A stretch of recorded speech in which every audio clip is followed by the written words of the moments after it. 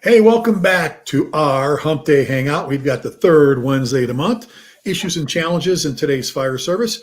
I'm Chief Rick Lasky, along with my best buddy, Chief John Salka. Chief Scott Thompson is actually on the road. I believe he's checking out a rig, John, for his department. I think that's what he's doing, is making an inspection of a new rig. But so Scott will be back with us. We love having Scott on the show. John, I was just thinking about this while the intro was playing. While we've been doing this show for a long time. I mean, it started. A lot of our viewers, John, I don't think you'll understand. Maybe if you've been doing this for a while, years and years and years ago, when Bobby Halton, God rest his soul, when he took over fire engineering, remember he started the Humpday Hangouts on Wednesdays, and he gave you and I, he said, "Hey, I want you and Johnny to do the third Wednesday." And we're going to call it Issues and Challenges. Because remember, we used to do the big room for years at FDIC folks in Indy. It would be John over on the right, Bobby in the middle, me on the left. And we had about 3,000 people in the big room. And we had a ball with it. We had a really good time. And then when we started doing the hump days, Bobby's like, "No, we need to do this." And golly, buddy, we need to look that up, see how long we've been doing this slot. It's been a while. I think so. Yep. Well, so I always do this. We check in. What's going on at the Salka compound? You were outside, as you say, they're beating you like a rented mule. Trying to get you to do all your work, yard work, and else. Got a couple of pool parties coming up with some friends and stuff. So a lot of work to be done. I'm the sole proprietor and handyman and landscaper and everything else. So I think I had my painter's hat on today. I was doing some painting. And it's still early in the day, so I got a lot more to do. Oh, good God! And I was telling somebody the other day on the phone. God, I hope to death you don't ever. But I thought, God, it would be funny at the same time when you and I are traveling on the road. We've got some stuff coming up. To slip you a monster drink, an energy drink. With someone that's as busy as you are and as energetic, and I've always said that you get up real early and you're 100 miles an hour. I said it would be just fun to watch you. I think you might go back in time. You'd like it just be amazing. But I got enough energy for what I do. If I have more energy, I think I might end up with more work. So I'm good. How's things at South Blooming Grove? At the good. South Everything's good there. We got a wet down coming up for the new pumper in September, and not much else really happening. What'd you guys get again? What kind of rig? An engine. It's a Fouts, Fouts. Fouts Brothers is the folks we bought it from, and it's got a custom cab on it, but then they have they build a stock body. You can't design compartments and make longer ones and bigger ones. That's what they build, but the price is very, very reasonable, like about $700,000 for a brand new pumper. Wow. And delivery was like 6 weeks instead of 3 years, Wow. Well, I know it's exciting. It's exciting for you guys. Plus you guys take such good, care of your rigs. I know that getting the ladder truck for you for Wichita West. By the way, Wichita West been running their wheels off, dude, with wildfires, and they had a little structure fire yesterday. I was talking to Ryan Fetzer, the chief. Good group. But all right, so we're set up for FDIC. We're waiting to hear about all the classes. We just got done reviewing, hundreds of calls for papers. And I'm gonna throw this out there, John, because I just finished them, the other day. If you submit a class, folks, the one thing you don't want to do is 60 pages worth of material to read. But on the other hand, you got to give us something, to read, something to review. If I don't know, hey, this is John Salka and he does this, it's hard to make a decision. Sometimes I have to put down, there's just not enough information to evaluate it. And, you look at a title, you go, wow, I'd love to see what this class is about. So remember when you submit for classes, paint us a good picture. Give us an idea of what you can present on. Don't forget a well-written page or two is sufficient, more than sufficient. As long as the class description is longer than your bio, what I'm saying? Some guys have, their bio is a page and a half long. Every little thing they've ever done, which is important. Your bio is important. We want to know who you are and what you did. But a page or two of descriptive words about a program is probably sufficient for most people to, like it or not like it or vote it up or down. Well, exactly, because I mean, I know you do it, John. I look at the title of the program, just like when I review the articles. I review articles for fire engineering. I look at the title and I go right to their bio, and I want to make sure the person's bio gives me a good idea of who they are, how long they've been doing it, and I'll just say this: are they actually qualified to teach the class? If you're not an actual company officer or battalion chief, it's kind of hard for me to think someone's going to want to read your article on being a battalion chief or company officer if you're not there. It's one thing to be an acting officer, and sometimes it's as important as it is. That's what it is. But to really, truly experience. Go ahead, buddy. Interesting point. Nothing really to do with this other than it's about bios. I was online the other day looking at some stuff, and Vinny Dunn's really online big time. He's on Facebook a lot now. He's putting questions out and this and that and the other thing. And he talks about his past and his career. And he mentioned the other day that he made lieutenant when he had about 7 years on a job. And I said, that's what I did. I had like 7.5 years on a job. I always felt like it was sort of almost insufficient, even though it was FDNY, even though I was in 11 truck and Rescue 3 and all that. But I was glad to hear that Vinny Dunn made lieutenant when he had about 7 or maybe 7.5. I don't know what he said, but at least I have something in common with somebody else. Well, and Vinny, Vinny Dunn, a mentor to you and I, and he's still doing it and doing incredible stuff. He's in that group, John, that you and I always talk about. And I have to say this, folks, when John and I refer to certain people in certain groups as legends of the fire service, I actually have to catch myself saying that because they are such a down-to-earth, regular backstep firefighter. You know what I'm saying? I don't care whether they're wearing 5 stars and trumpets or not. It actually pisses them off. I mean, I remember, God, who was it? Was it Chief Joe? I forget. One of them, when I introduced to somebody, say, hey, let me introduce you a legend. He goes, you look at me, goes, I'm not a legend. It's almost like an insult, to say that. And I tell people all the time, John, what I like the best about you and I, we hang with people that love the job so much you can't help but admire them. They just love being a firefighter. They love making a difference in people's lives. It's not about the title or what they're wearing on their collar or that whole stupid ego thing. It's just about making a difference in people's people's lives. But anyway, real quick, back to the FDIC. So folks, like John said, give us your bio so we know who you are. Give us a snapshot of your program so we know what you're going to teach. Make sure you're teaching a subject that you're familiar with. I think Diane used this on the website too, John. Make sure you're teaching a subject that you're familiar with. And that you have experience in. Exactly. That you have experience in that topic.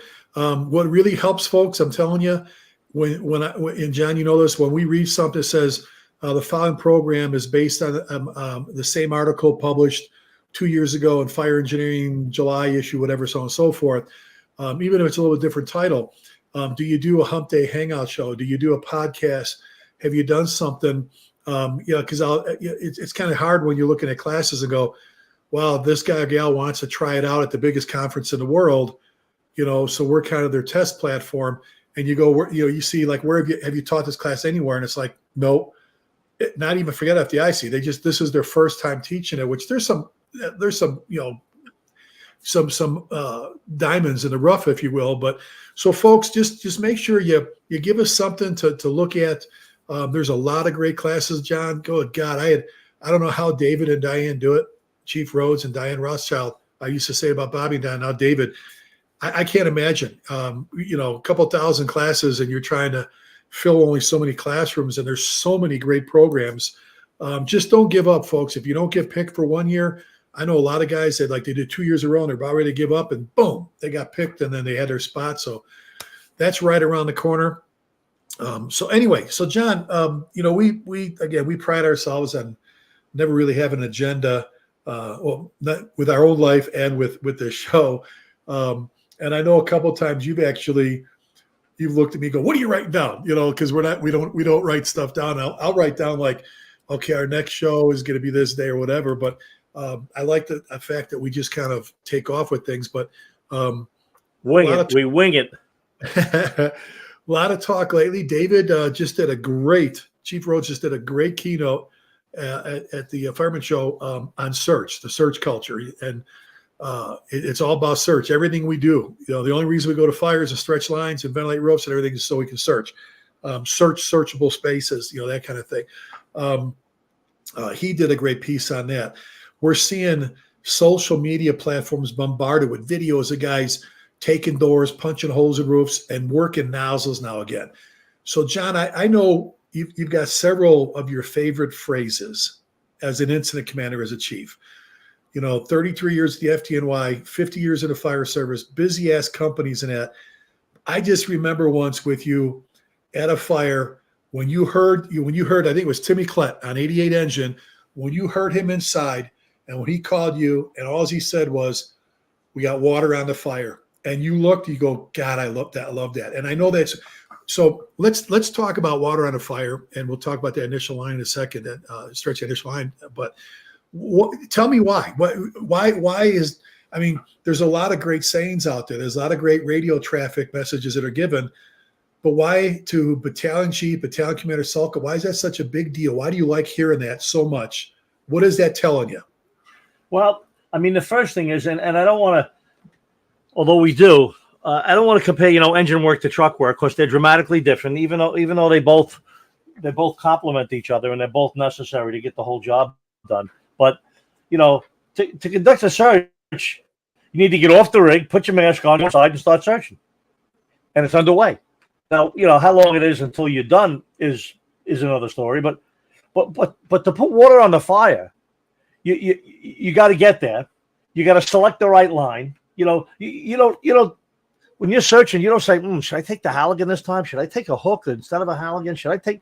You have assigned tools. You pretty much have assigned tools if you're the guy that. But when you want to put water on the fire, when you want to stretch a line, you got to figure out, what line am I going to stretch? Is this one long enough? Is that one long enough? Is this the diameter I want to use? At the house fire, I'm going to use 1 3/4.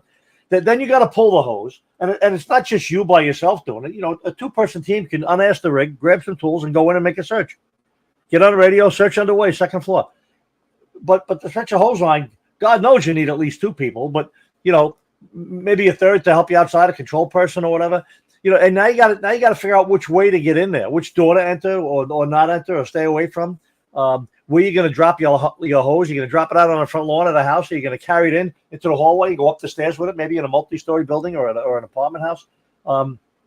Then you got to call for water. Then you got to, there's so many things you got to do before you actually put water on the fire. There's so many steps that have to be, thought about and completed. Obviously, if we're drilling and training, they should almost be automatic, but you still got to go through the legwork. You still got to do the ABCs before you're on your knees, bleeding the line, getting ready to put water on the fire. So it's a little more complex than some people think. Some truck guys like, oh yeah, you pull a line, you open a nozzle, and you put the fire out. And that sounds real simple, but obviously that's not what happens. There's a lot of steps involved in accurately, correctly, efficiently, getting water on the fire. That's all there is to it. Well, and John, there have been plenty of instances where people have had a nozzle, just what you said, they have a nozzle charged hand line in their hands inside a burning building, and they've still burnt that building down. I'm not talking about they've got more fire than they got water, that kind of thing. I understand that there's times you just go back them out. We're not getting this, I'm saying the building shot in the head, but there's been, people with an operating hose line, with a nozzle line, with water, a sustainable flow of water inside a very manageable fire that, so it goes right to what you said. It's not just about stretching a line, open up the bail and nozzle, and off you go. It's about direction. It's about, there's a lot of different little catchy things, which I love to see, with some of the classics, some of the guys. I do this. I used to like to do the Zorro thing, the Z, hit the ceiling, come down across, boom, and hit it, but just up here, come down, and that, or indirect, or bounce it, or whatever, depending on what you're doing, and high heat, so on and so forth. Fog stream. Are we using an adjustable fog straight stream, or are we using a smoothbore tip? It just goes on and on and on. All the different choices that you have. Well, exactly. And first of all, we got to get there. Secondly, it's about apparatus positioning. Third, it's about line selection with the nozzle. Am Am I stretching the short cross lay, the 200-footer, 250? Am I connecting lines? Is it? And you know what? Are we calling audible? Go, guys, stretch it 2.5 down that gangway. We got to knock that down. That whole back thing's got to be knocked down before we slingshot inside. So let's talk. We're talking about water on a fire. John, talk about line selection. Your thought process on selecting the appropriate line for that particular fire. What's some of the advice you can give that young firefighter out there that's going, okay, I've been to a couple fires, but so Chief Salka, tell me, if I was there with you, tell me why you would pick that line or why you would pick that entrance or why you would, give me an idea, for me to learn from. What would you say to that young firefighter about line selection in the first place? Right. Well, obviously you got to make sure you pick the line that's got the proper length, right? Obviously we know we can add lengths. Every line has, the ability to be lengthened. So there's couplings everywhere, every 50 feet for the most part. You can add, but why do that if you have a choice? You might have 150 and a 250, two pre-connects, 150 and 250.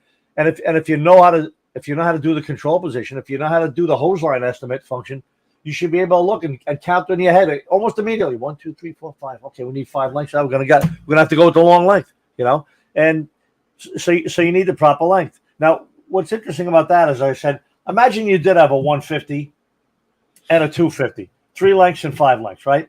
And you get there and you determine that the 3 lengths will probably reach it, but let's take the 5. Let's take the 5 length stretch, right? Now, some people say, yeah, good idea. That way you got a little extra hose in case maybe there's a door in there somewhere. Maybe there's a little obstruction. You're going to have to go around and you use a little more hose up, and maybe you won't make it with the 3. So you take the 5. You got a little extra hose. You can kick it out in the hallway or leave it outside the front door. And I always tell people, and it's not an absolute rule because some people don't like to take the chance. I say if the 3 lengths will reach, then you should stretch the 3 lengths. And often I ask people why. Why would I do that? Why would I stretch the 3 length bed instead of the 5 length bed after I do an estimate and 3 looks like it'll work? And the answer is if you stretch the 5 to be cautious, and just in case something happens, you got the extra couple of lengths you can. Well, what happens if there's extension to the floor above? You get that kitchen fire on the first floor of a house. What happens if the search team says, we need a line on the second floor? We get fire up here in the bedroom. Well, if you use the 5 length stretch to get to the kitchen, and 2 of them are out on the front lawn in loop-de-loops because you really didn't need the 5. Well, now you got a 3 length stretch. Now you got a 3 length bed left that's not even going to reach the second floor. So you don't want to just, for lack of a better term, piss away the hose. You know what I'm saying? If 3 will do it, then stretch the 3 length pre-connect. And we're talking pre-connects here, obviously. Some fire departments like New York, we don't use pre-connects. We pull enough hose that we need, and then we break it at that coupling, and that's the end of that. So we pretty much, every stretch is like a custom stretch, right? But we're not the rule. We're the exception. Most places have pre-connects of varying sizes, or some of them have all the same. I'm not quite sure why that habit started, but you still need to do that. And that's just the first thing you need to do. You haven't even touched the hose yet. You got to mentally look at the building, then look at the rig and figure, all right, let's take the red line. Let's take that pre-connect, right? And now the other thing is you're looking at the 2 pre-connects because you've already made your mind up that this is a house fire. It's a bedroom on fire in a house, and we're going to take a 1 3/4 hose. We're going to take the small line. That's what 1.5 inches in the old day and 1 3/4 inches nowadays is made for private dwellings and house fires and things of that nature. So there's 2 decisions right there alone. Just before you even grab the first nozzle, before you even touch the hose, you got to make those 2 decisions. Well, and getting the nozzle to the door, getting it off the rig. Let's go back to training. How many times do we watch the videos, John? And you'll go, look, watch this video. Watch this video. It's like just the first time they ever touched fire hose. It's like the first time they ever stretched the line. It's like the first time. So back to the training thing, back to the knowledge base, the skill set, stretching hose. There's some places we go to. They're great fire departments. Good fire departments, good people, but some of them, you've seen it. The last time they stretched a hose was for hose testing time. Instead of like you guys had an 88 engine when you had the prop in the back. Louisville stole that idea from you. Yes, I said Louisville, but they they built that hose bed prop to put all their spare hose and all the hose on, and guys would stretch around the tires of the rigs and do all that. And so knowing how to get the hose off the rig around any difficulties, because if you pulled the 3-length one, John, and you have to work your way around a fence and a bunch of crap in the yard, you know what I'm saying? You're losing valuable feet, and you've seen that happen. So I go back to the story you've heard me talk a bunch of times about Eddie Enright from Chicago, and he was in the 3rd Battalion. You remember the story? I'm riding with him. We're on Chicago Avenue, John. We just left Engine 4 Tower Ladder 10, Division Larrabee, busy firehouse at that time in Cabrini Green. But we're on Chicago Avenue with traffic, right? And he just stops the buggy, turns his lights on, and he goes, "Rick, right there, third house to the right." These are all 3-story frames, right, John? He goes, "Third house to the right, top floor, fire in the back. How much hose you need?" And I'm like, he goes, "How much hose you need?" I'm like, "Well, okay, I want my truck to get to front, so I'm either going to come off the tailboard or behind with the bumper. It's about 75 feet to get to that door, to get to the stairs where it's inside, and then not quite like a commercial building in the length per landing, but I got to lose you know what? I can get it with the cross light. I'm just going." And he would make you think about that ahead of time. And one of the things you and I've talked about, sometimes we run around in the rig on EMS runs and alarms and stuff, and we're in such a hurry to get back. Sometimes as company officers, right, pull the rig over. How many times we talk about this in class? Pull the rig over and go, "Okay, Cindy, Tommy, come here. All right, do the same thing. Fire right there, midship right there. Which line are we going to pull? The engine's going to be right there. You tell me how much, and then talk flow and talk everything else. And your driver, how much water are we pushing out, and what do you have to do to get water to the end of the nozzle, and so on and so forth." But one of the things that we stole this idea from you, we stole it at the risk of being arrested for stealing something, as a training tool, John, the rope hose tool, that prop of taking an old, I said, I want you to talk about this a little bit, taking an old bag of rope that you're not going to use for rappelling, maybe not even for searching or something like that. And marking it, almost, well, you guys marked yours. Did you do 50-foot lengths or did you do 25? What did you do? You put a piece of tape where the coupling would be. So now you got this bag full of rope that you can carry with one arm, and you can go up into an apartment house or a building under construction or any place that you want that you're convenient to get into and you're allowed. And now you can tie one end of it to the rig, just walk into the building with it. Let's say you think we can get to that 3rd floor window right there. That 3rd floor window, you think we can get there with this pre-connect? How many lengths you got? 4 lengths. So now you use the 4 length. Obviously, you don't have all different length rope, but now you can go in there with the rope and see how you can very quickly measure it. And if there's somebody in the building walking out, it's an apartment house and you're doing it, you just got this little piece of rope on the ground with a piece of tape on it. You don't have, hose and couplings laying on the floor where somebody might call up and say, "Hey, they shouldn't be here. They're inconveniencing the occupants," or whatever. So anyway, I thought that rope tool, I forget where exactly I saw it and how many different people use it, but it's a great idea for an engine company. You can keep it on the rig all the time. Keep it on, you might just stop somewhere and say, "Gee, would 3 lengths make it? Let's see." Boom, you run that rope in there, it takes you about 30 seconds. You come back out, you get the answer, Just a great training tool. Exactly. And just, I told my guys, just don't stretch it taut. You gotta do this kind of like a line going up the stairs or down the hallway. Right. We did this, and again, it's not necessarily nozzle water on the fire, but with our LDH in Wichita West, John, where our hydrants were pretty stretched out, kind of like what you guys have sometimes. And we all got down at the corner, and I go, "Okay, we're carrying 1,200 feet of 5-inch LDH on that engine. All right. Yep. Tell me where we're going to run out. Tell who's guessing. What do you guys like? Oh, it's going to be at the green car. It's going to be." I said, "Whoever guesses right, I'm going to buy a pizza for them. Little reward." I go, so they're like, "No, it's going to be at that 3rd mailbox. It's going to be there." And out of everybody's guesses, one person got it right, and everybody else was kind of off. And it's kind of like, we've talked about this before, estimating the stretch. It's like when you take the whole string thing. Hey, everybody, here's a spool of string. Cut off your waist size. Cut off what you think. Hold it out here and cut off what you think. And then you see them do it, and they go, "Oh, I guess I should have cut it shorter." Or they cut, it's the same thing. Guessing how much hose you're going to need.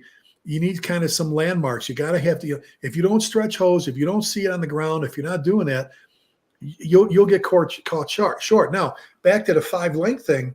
One of the things I know you and I talk about when we do, our tactics classes is we always tell them you can lose all the line. You can lose all that extra hose on the front lawn in a private dwelling or in a high, downstairs or whatever, the floor below. It's hard in the middle of it to go, hey, bring me one more length. Let me screw the nozzle off, shut the line down. Let me you can lose it. What's the worst thing that's going to happen is you have a little bit more on the front lawn that you wanted. But like you said, you get inside a house or a building that you don't know what the interior is made of. You get in there and there's hallways that have been adjusted and rooms that have been blocked off and all that different stuff. And now, how many times, John, in your career have you been in with a firefighter and you watch them and the fire's coming down a hallway along the ceiling from like the bedrooms, but they don't have it, and they're kind of trying to bounce at you. They're out of hose. They're like in the living room and they're like trying to pull, like the house and the engine in the building. And it's like, God, another 25 feet would have made a big difference for you, wouldn't it? So that initial stretch is critical. Absolutely. Which brings up another important point that a lot of people pay no attention to, at being prepared to lengthen a stretch, right? And I have that in my engine company book. And I went through the evolution at the firehouse a couple of times, and it works really well. I would say at least 2 lengths if you're going to do it. Double roll 2 lengths of hose. And this would be for 1 3/4, right? Double roll 2 lengths. Double roll meaning when you're done rolling this hose, the donut roll, you're going to have both the male and the female coupling right on top, right next to each other. And put them either right there in the trough, right under the pump panel, or right in the compartment right next door, maybe where the chauffeur leaves his gear and stuff like that. But the point is, it should be immediately, available to the chauffeur. That way, the chauffeur doesn't discover that they're stretching short. They discover at the nozzle end that they're short, right?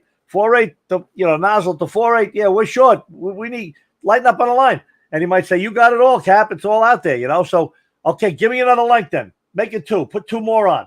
So now, a lot of places, and I know a lot of places do this now, to have a 10-foot length off the chick sand connection, off the swivel up in the cross lay.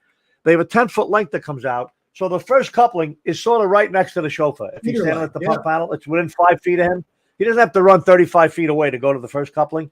So he can either shut the line down or he could stop the operation and not charge it. He can break the line right there. Now he's got both ends of the hose. He can reach in that compartment. He's got both ends right on top. He can hold the male and female together, roll the hose out. He doesn't even have to walk anywhere. The hose rolls 25 feet.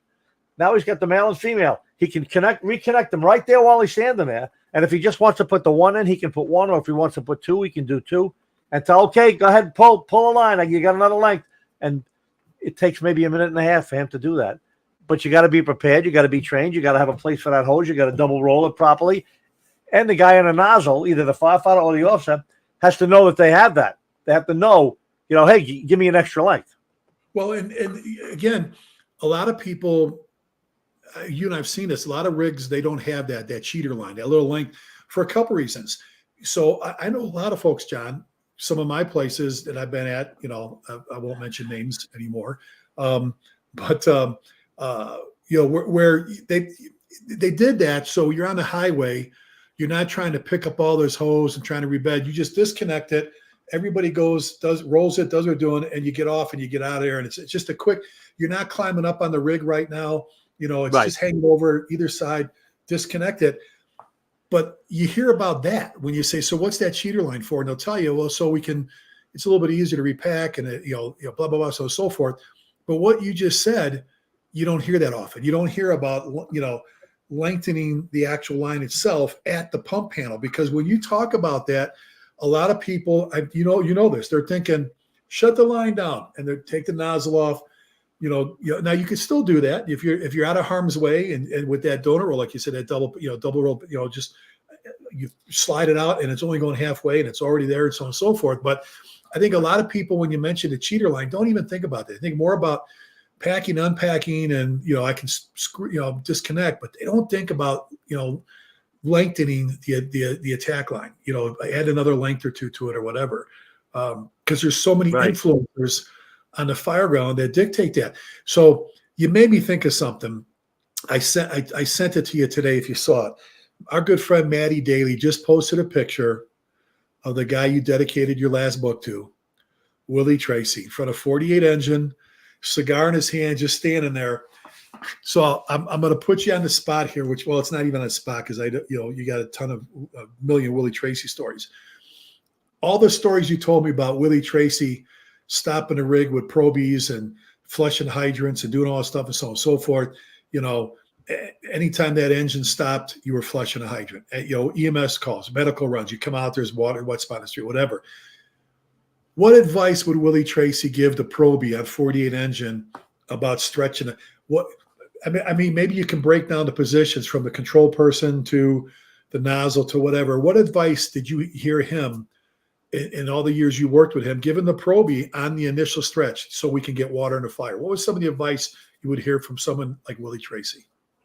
It would vary. It would depend on who the Proby was, really, for the most part, because Proby's like everybody else. Each guy is different. Someone will come in gung-ho, they're volley for 10 years out in Long Island, riding an engine somewhere. They got good skills already. Now they go to the academy. The guy's got maybe 10 years under his belt, or maybe the equivalent of a couple of years on the FDNY, but maybe he's not as busy, out in his volley department. Or the guy could come from another paid department. I know plenty of people came from Prince George's County, and guy from up there in Chicago area. Greg came to the FDNY for a while. So some guys got a little experience and they got some skills, and they want to jump right on it. And sometimes the chauffeur's got to tell them, or the senior man, hey, Tommy, slow down. The boss will say what he wants. The nozzle man will grab it. You're the backup guy. Don't go pulling hose yet. And on the other hand, some guys got to be told, hey, let's go. You see somebody jumping on the back step, you got to be the next guy up there. So advice to a firefighter, tactical advice, is sort of unique. It's sort of all custom. It's all custom work because each guy is different. Each guy has different strengths and weaknesses. And the chauffeur, trucks and engines in the FDNY, trucks even more than engines, but the chauffeurs are expected to know the position of everybody on the rig and what their job duties are and when they should be doing it, what tools they should be carrying. In the case of a truck, you're the second-due roof man. If you're a brand new roof man, you got 3 years on the job. It's the first time the captain gave you the roof. You pull up to a job and you're not quite sure. Holy shit, is this the one where I go? You should be able to go right to the chauffeur. Richie, I'm second roof. Around the back, Sammy. Run around the back, up the rear fire escape. He knows the answer to all the questions, right? Same thing in the engine. Willie Tracy, I'm sure, got a lot of questions from young probies or inexperienced firefighters about, is this the line or is this the line or where are we stretching? Where are we stretching? We stretching in or are we going to use a standpipe? So advice is pretty unique. It's all custom. All advice is custom because you're the receiver. It depends on the receiver and what you have to tell them. And how about that senior firefighters' knowledge of their still district? We're trying to get water to and on the fire, knowing buildings, knowing H buildings, gangway, accessibility, whatever. But, if you don't get out, if you don't pre-plan, if you don't, like I said, we've talked about this, we mentioned earlier, you just don't, hey, let's hurry up and get back because the game's on or to finish our stakes. I've always done that, John. And you've got to know the district. If you're the officer and more important than the officer, the chauffeur, you got to know your complete district. Obviously, a guy can't know the whole Bronx, although some guys that were born and raised in the Bronx and still lived in the Bronx and now work in an engine company in the Bronx, some of them know just about every street because they've spent 30 years there. But you can live upstate New York or 50 miles out on Long Island and work in the Bronx or Queens or Brooklyn. You really got to know your district. And most places, when they're preparing a guy to be a dedicated, get the seat or be a relief chauffeur, most of them will take the guys out and do that and say, okay, where's Argyle Boulevard? Where's Thompson Road? Thompson and 3rd Avenue. Bring us there. Just drive directly there. We're not doing lights and sirens, but take the route that you would take if you were going on a run right now.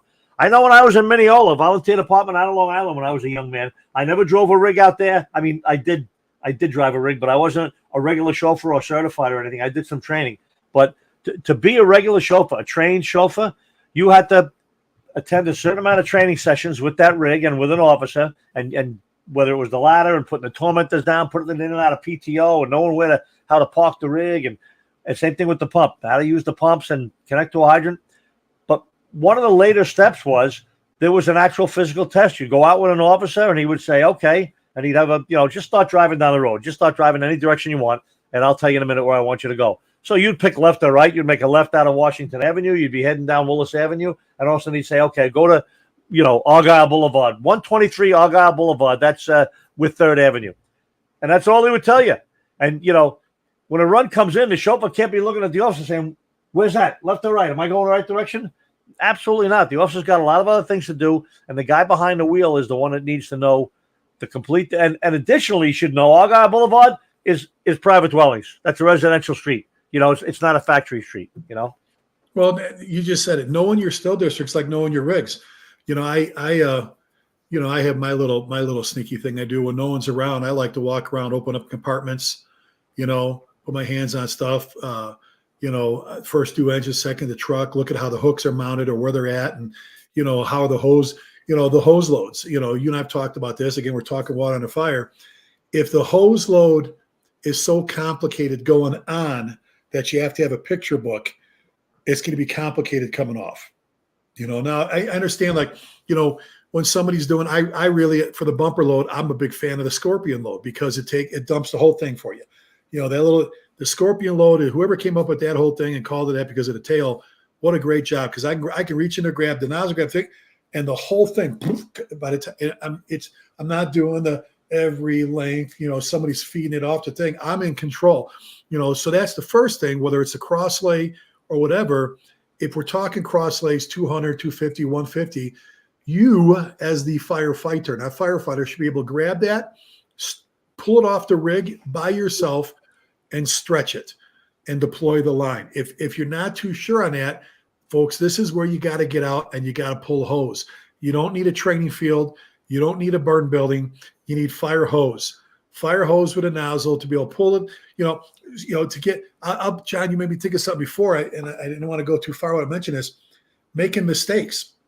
There are guys that make mistakes in the initial stretch. I remember, so at another place, when we were done, at the one of them, if we had time, I say, everybody get together on side A or side B or whatever. Okay, engine one, what you have when you got here? All right, Chief, we did this. Engine two. All right, we're the ones that screwed up. Our 5-inch got wedged underneath the pickup truck's wheel. We charged it. So the delay was us. The same thing with the line. When somebody doesn't deploy it right around a fence or inside or at kinks or whatever, I'd rather I appreciate it more when somebody admits hey, I made a mistake stretching the line, Chief. I'll do better next time, than making up a story or trying to cover it or whatever.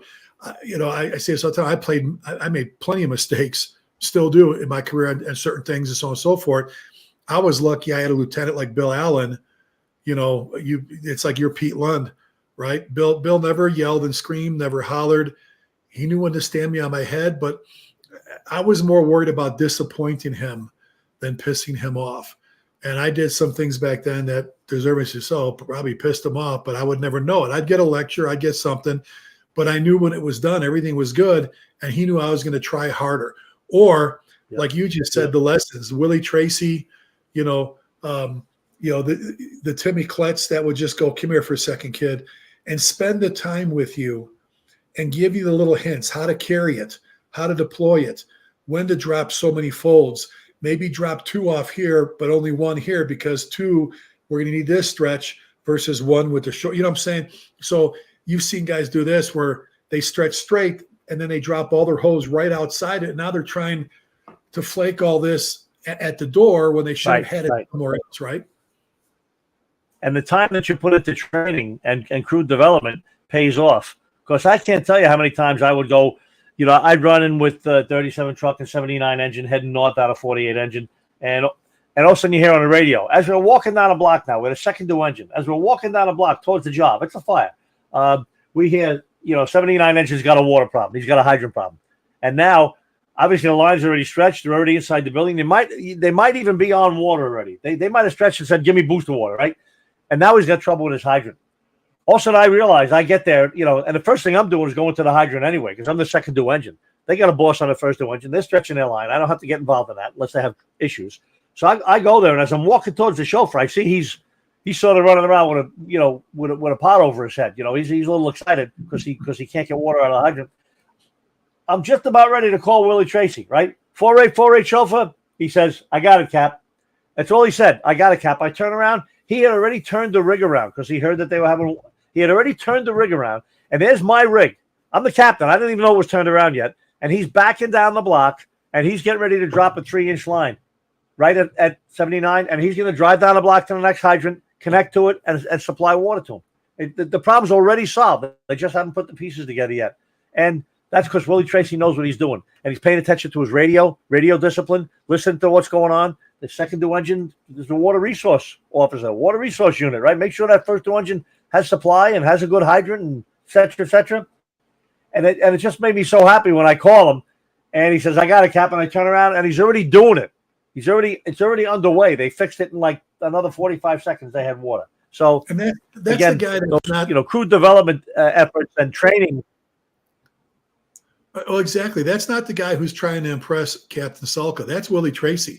That was his MO. And just him being him impressed you because, like you said, you know, when you work for a screaming maniac that you're like, oh God, you see these guys are so scared to do something because they're going to get yelled at or jumped on or whatever, that they won't do anything, to where you empower people, you give them the chance to make good decisions. You give them a chance to, the more you get to know. I know there was, he knew you for a while, but he had new officers there at 48 engine laws. He was there where he had to kind of get used to their experience level, where they came from, what borough, maybe what rig and all that stuff. So we've talked about line selection to get water in the fire. We talked about the stretches. We've talked about, the training and all this different stuff. So let's break this back down for a probie, John. Chief John Salka, define for the probie what water on the fire actually means to you. There's some guys will go, well, it's down there. Is this water on the fire? Is this water on the fire? Is this, what I'm saying? So when you hear what defines water on the fire for you? When somebody says water on the fire, right? Engine 88, the battalion, go ahead. Water on the fire, Chief. To me, that means that company has got, obviously, a hand line inside the building or wherever they are, and that they're opening a line, they got adequate pressure, they got adequate water, and they're at the main body of fire. They're delivering water into the main compartment. Obviously, you can have a couple of rooms burning. You can have a room and an adjacent room with an open doorway. There's a lot of variables involved here. But water on the fire means that they're delivering water from a stream with adequate gallons per minute into the main body of fire, into the main compartment. That's going to make a difference. It should be, if they said nothing, I should notice it from the outside. I should see steam start coming out a couple of windows and stuff. But that's what water on the fire means. It doesn't mean you're down the hall and just shooting it through the orange door, and a little water's going into the room, but you're still 30 feet away. You know what I'm saying? It means you're engaging the fire. It means wherever you are, it's hot and you're hitting the fire and it's making a difference.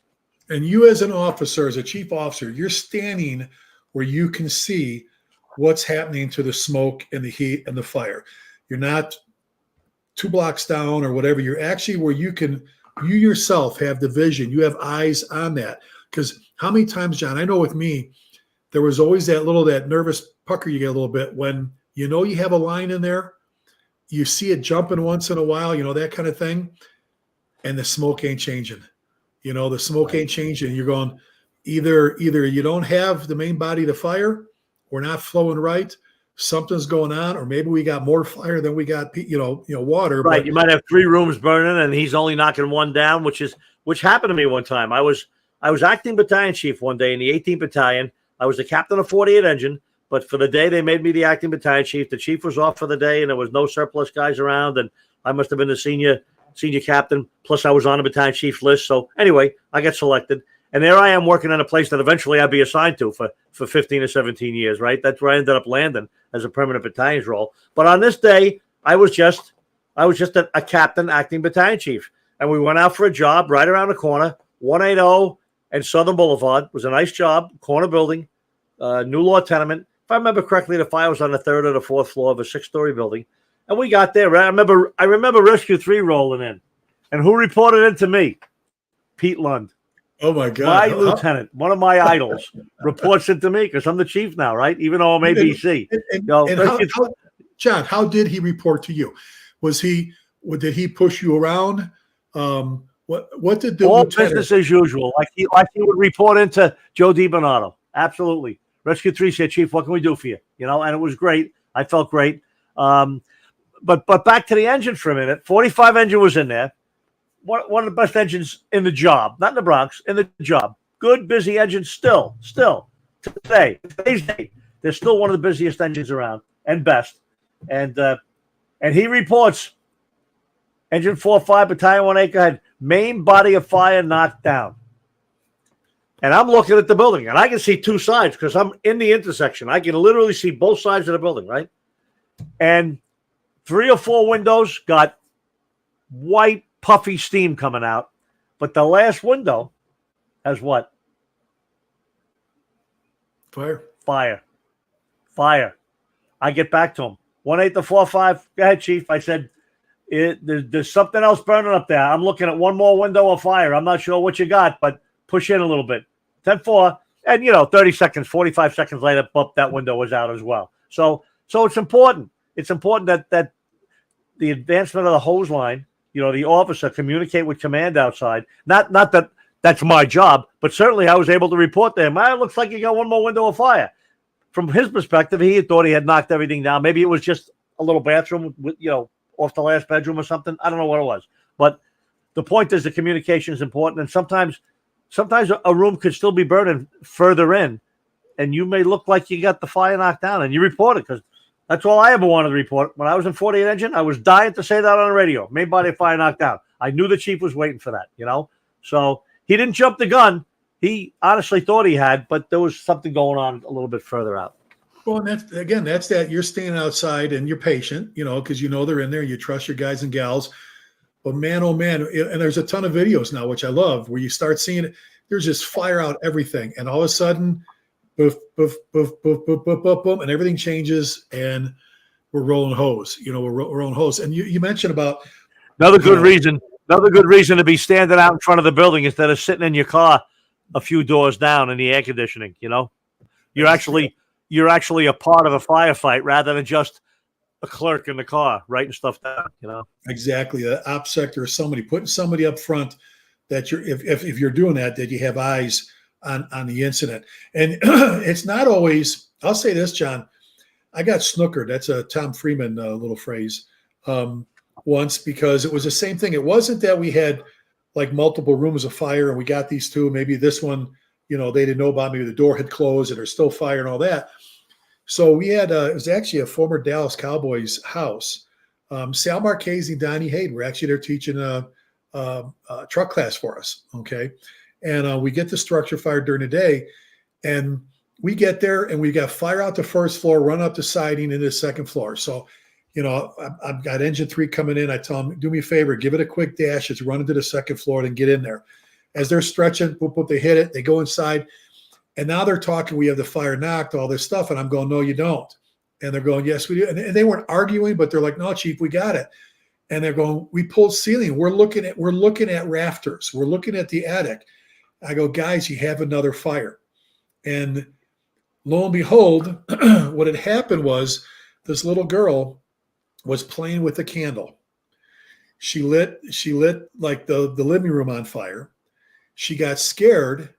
She ran upstairs into her mom's bedroom, into the walk-in closet, and threw the candle in the clothes basket in the closet, closed the door and ran down. And then, now, and her mom's in the other room. She's laying with her mom. Also, her mom goes, oh, the house on fire.